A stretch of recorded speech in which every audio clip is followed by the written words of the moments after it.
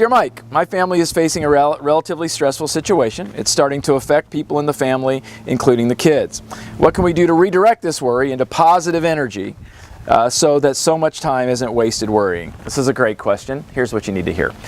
Worry is an emotion spent on things over which worry has no impact whatsoever. People who worry about things think that somehow, or either subconsciously think that somehow this worrying is going to have an impact, and it's not. So number one, acknowledge the fact that it's a total waste of your time. Number two, get people focused in your family on things where they have control, things where they have the ability to impact. It might not be something about whatever the family seems to be worried about, but it certainly can get them involved in things they have control over. Third, get people in the family doing something about it, taking action.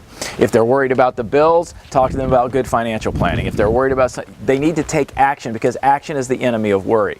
And then finally, they need to get outside of themselves. Worry is a self-absorbed emotion. It's much less, ironically, worry's much less about others, and it's more about how this is going to impact me. If I get out of myself, go do something for somebody else, take some time to volunteer, do something actively for someone else, it gets me out of my own head.